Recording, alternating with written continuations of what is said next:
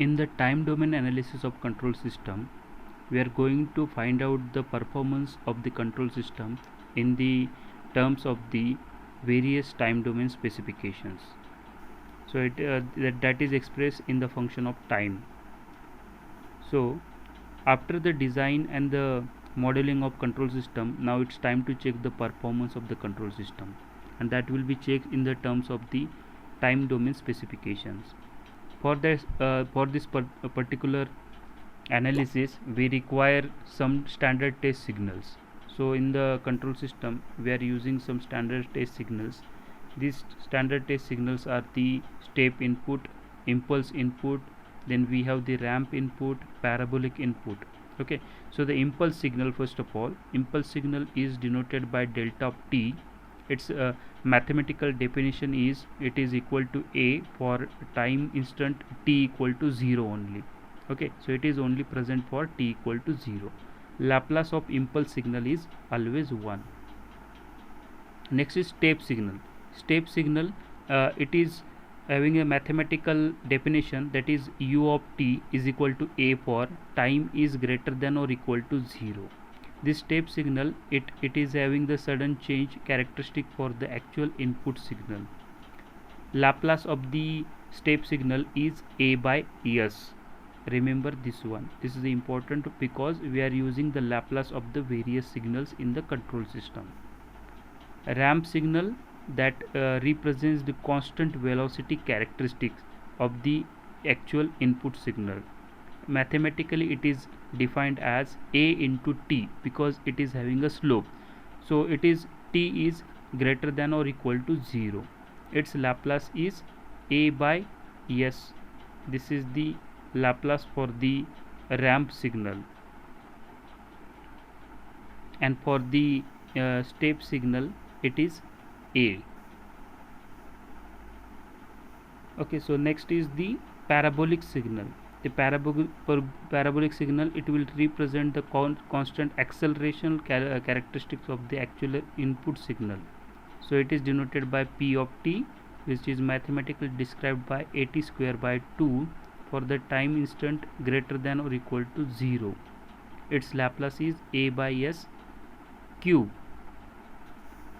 For the ramp signal, its Laplace is a by s square. The Laplace of the step input is a by s. So these things are very important. Laplace of step signal is a by s. Laplace of ramp signal is a by s square. Laplace of the parabolic input is a by s cube. These things are important. Okay, so this is the summary of all standard test inputs which we are going to use for the analysis of the control system in a time domain. Impulse input, it is equal to a for time t equal to 0. Step input, it is equal to amplitude equal to a for time t is greater than or equal to 0. Its Laplace is a by s. Laplace of impulse is 1. Laplace of ramp signal is a by s square. Laplace of parabolic signal is a by s cube. There is a particular relationship between all these signals. The integration of impulse signal is step signal, integration of step signal is ramp signal, integration of ramp signal is parabolic. And similarly, there is a relationship for the derivative also. Derivative of the parabolic is ramp signal, derivative of the ramp signal is step, and the derivative of step is impulse signal. As I said, the Laplace is important here. Laplace of impulse signal is a. For the unit impulse, it is 1. For the step signal, Laplace is a by s. Laplace for the ramp signal is a by s square. Laplace for the parabolic signal is a by s cube. Okay, now we are going to see the time response of control system. Total time response is divided into two components. One is the transient response and second is the steady state response. Transient response, that is the time taken to get the actual output, and the steady state response, it is the final value. Okay, so there are two order system, first order system, second order system, that we are going to study in this particular syllabus. When there is only one pole at the origin, that is called as the first order system. Gain K is denoting the DC gain and T is the time constant of the system. Time constant will measure the speed of the system, how it responds. See this example. There is the open loop system 10 upon 3s plus 1, where the 10 is the DC gain. It is also denoted by K, and the time constant is 3 seconds. And for the system 3 upon s plus 5, here the gain is 3 and the time constant is, that should be converted into time constant form. So 3 by 5 divided by 1 by 5 s plus 1. So 3 by 5 is the gain K, and the time constant is 1 by 5 seconds. So depending on this, you can see which system is more faster. So impulse response we can find out for the first order systems in this way, okay, with the help of the Laplace of these particular equations.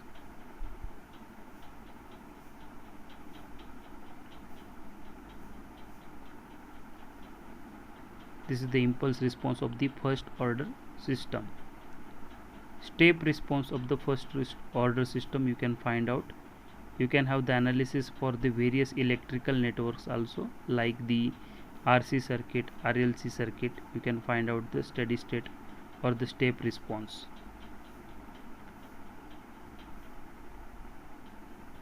There is a particular relationship between the step and impulse response. So this is the analysis of simple RC circuit. Already we have calculated the transfer function for the RC circuit. Here we are going to find out the equation of the first order system for the RC circuit, that is a V naught of t is equal to V naught into 1 minus e raised to minus t upon RC into u of t. Here V naught of that indicating the final state, and 1 minus e raised to that is V naught into e raised to minus t upon RC, that is indicating the transient response.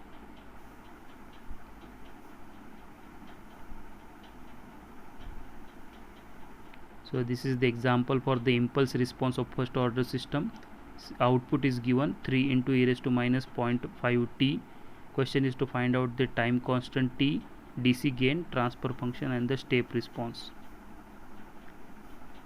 Here you can find out this is the output is given. Just get the C of s. The Laplace of the particular equation is 3 upon s plus 0.5. Okay, so as the delta of s is there used, its Laplace is 1.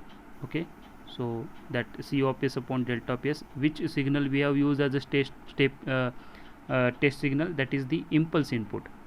So C of s upon R of s is 3 upon s plus 0.5. So in this manner, delta of becomes the input signal R of s.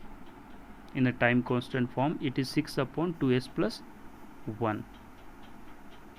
So in this way, time constant is 2, DC gain is 6, transfer function is 6 upon 2s plus 1. Step response is 3 into e raised to minus 0.5 t. Okay, so in this way we can find out the step response in the Laplace domain also.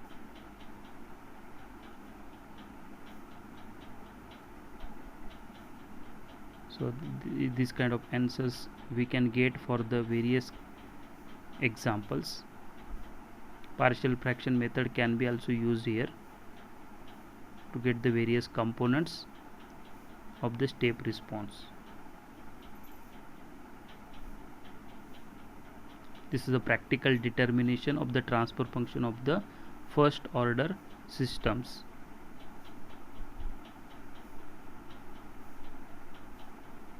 First order system with the zeros, first order systems with the delays. And now very important concept, that is the second order systems. We already discussed the effect of the location of poles and zeros on the transient response of the first order systems. Now as compared to the simplicity of first order system, the second order system exhibits the wide range of responses that must be analyzed and described. Okay, so we'll see here there are various parameters of second order system, various time domain specifications are there.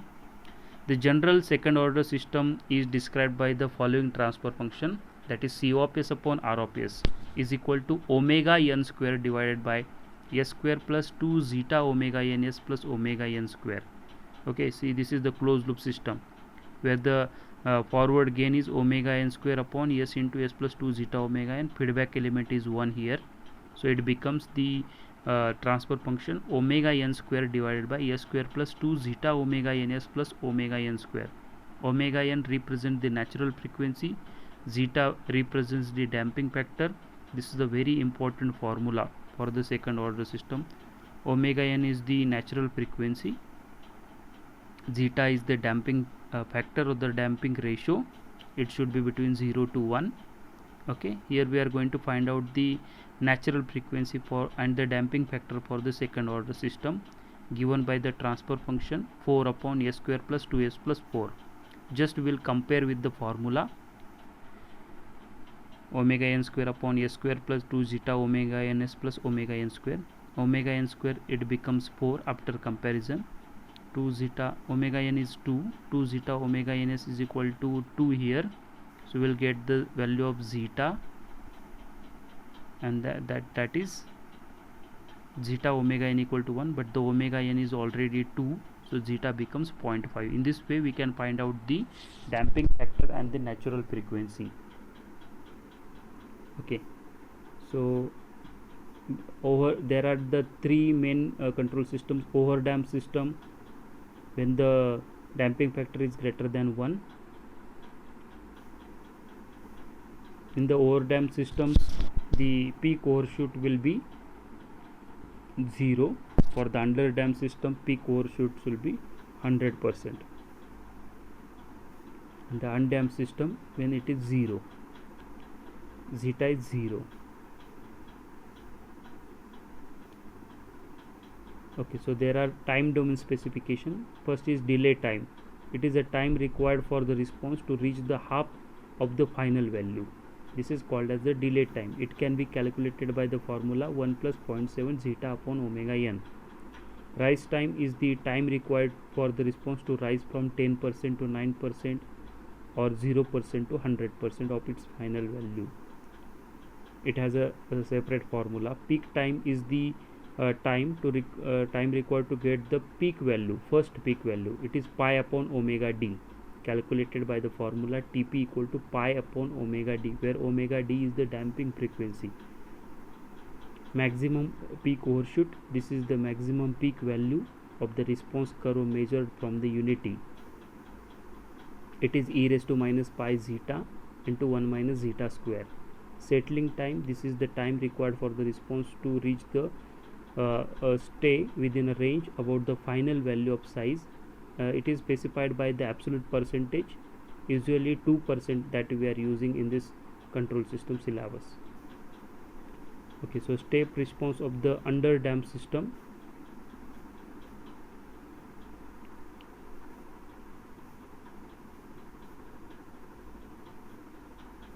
By the partial fraction method we can find out the various components.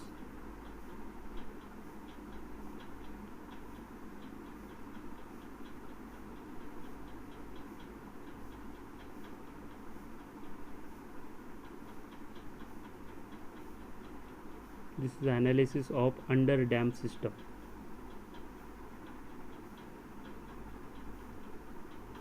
This is the graphical representation of S plane.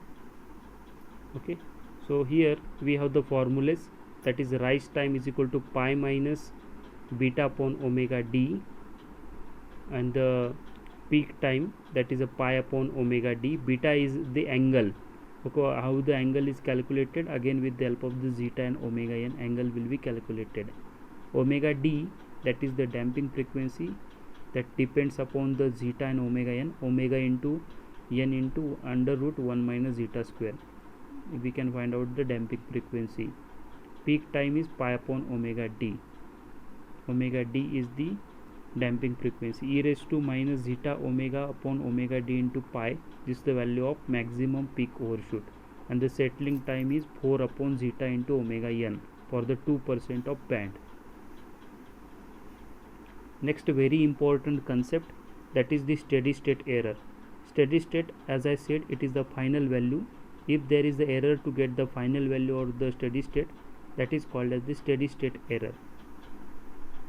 So the various control system will get a various steady state errors. First of all, we should represent a control system in a time constant form. K into Ts plus 1, K into Tbs plus 1 divided by S raised to n. Here S indicates the pole raised to n, n indicates the number of poles at the origin. S raised to n in the denominator, this is the important concept. N is the poles at the origin. It will indicate the type of system. If there are the 0 poles at the origin, that is type 0 system. If there is a 1 pole at origin, that is called as the type 1 system. If there are 2 poles at the origin, that is called as the type 2 system, okay, respectively. As the type number is increased, accuracy is improved also. Increasing the type, it aggravates the stability problem. A compromise between the steady state accuracy and relative stability is always necessary. So we'll see the example here. Consider the system shown in following figure. Input is given as R of S. Error signal is it is sent to the controller, that is a G of S, plant or process gain. Then the C of S is the output. Feedback element is 1. So here the closed loop transfer function is G of S upon 1 plus G of S into H of S, but the feedback element is 1. That's why it is only G of S in the denominator. So the time constant form is written as K into T1 plus TAS plus 1. This is again in the time constant form, divided by S raised to n into T1S plus 1, T2S plus 1. Okay. So always the steady state error is determined with the time t tends to infinity. We'll see the formula for the error signal in a Laplace domain. It is 1 plus G of S into R of S. The steady state error is the limit t tends to infinity into E of t. Limit t tends to infinity for error signal E of t. We'll put the error signal, but using the final value theorem, we can write the limit s tends to 0 S into E of S. We'll put the value of error signal E of S here, S into R of S upon 1 plus G of S into G of S. This is the error signal. Okay, so there are the various static error coefficient. When we are applying the various standard test signals like the step input, ramp input, parabolic input, impulse input, at that time we are getting some coefficient or the constant. When we apply the step input, we are getting the positional error coefficient, that is Kp. Okay, just we will see this.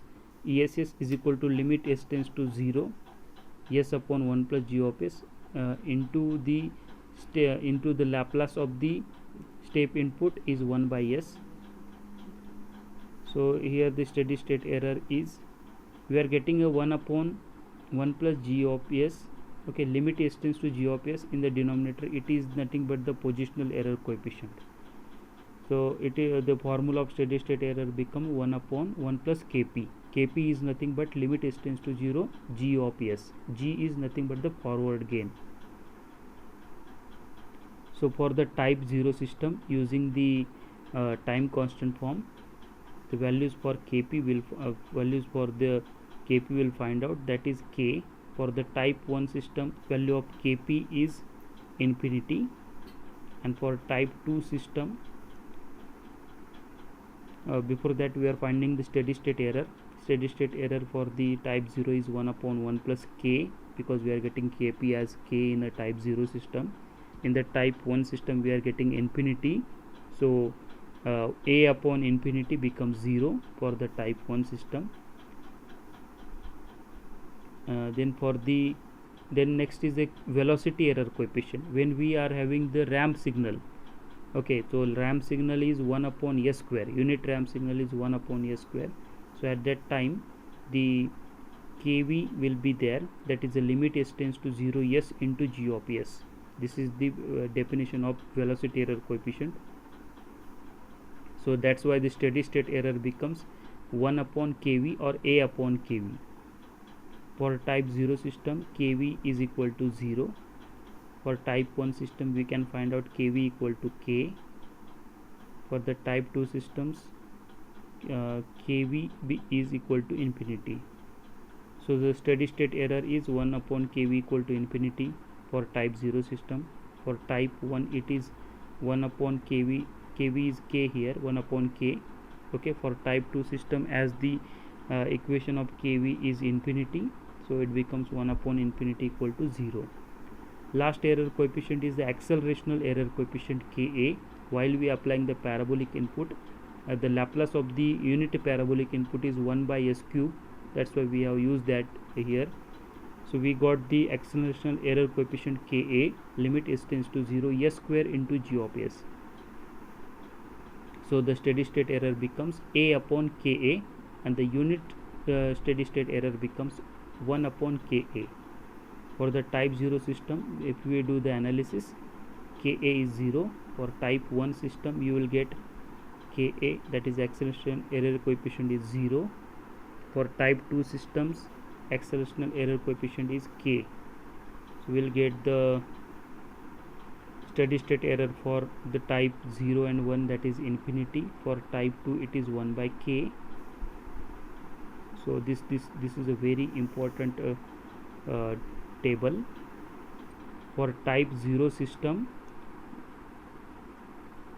the values for the kp, kv, kar, so the steady state error are 1 upon 1 plus kp, infinity, infinity. For type 1 system, it is 0, 1 by k, infinity. For type 2 system, it is 0, 0, 1 by k. Now we'll see the example. There is one closed loop system given in a time constant form. It is 100 into s plus 2 into s plus 5 divided by s square into s plus 8 into s plus 12. So first of all, the kp, the formula of kp is what? Limit s tends to 0 into g of s. Put the value of g of s here and the solve for the limit s tends to 0. You will get kp equal to infinity. Similarly, kv is nothing but limit s tends to 0, s into g of s.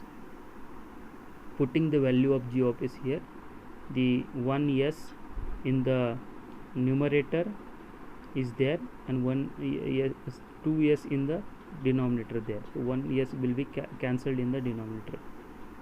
So it becomes 1 upon 0, that is the infinity. Finally, Ka, the equation is limit s tends to 0, s square into g of s. We will put the value of g of s there. S square in the numerator is there, s square in the denominator will get cancelled. We will get the constant term there, that is the gain 10.4. So the steady state error for the this kp, kv, ka, kp is infinity, kv is infinity, ka is 10.4. You can also find out the type of system. See, in the denominator there is s square, so s raised to n is equal to 2. This is a type 2 system. Okay, so steady state error 1 upon 1 plus kp. Kp is infinity, 1 upon infinity becomes 0. Steady state error regarding the kv, that is 1 upon kv equal to 0. Steady state error for the parabolic input 1 upon ka, k is 10.4, 1 upon 10.4 becomes 0.09. Okay, so in this way we can solve the various examples on the second order systems, first order systems. Okay, so this is all regarding the time domain specifications of the control systems. Thank you very much.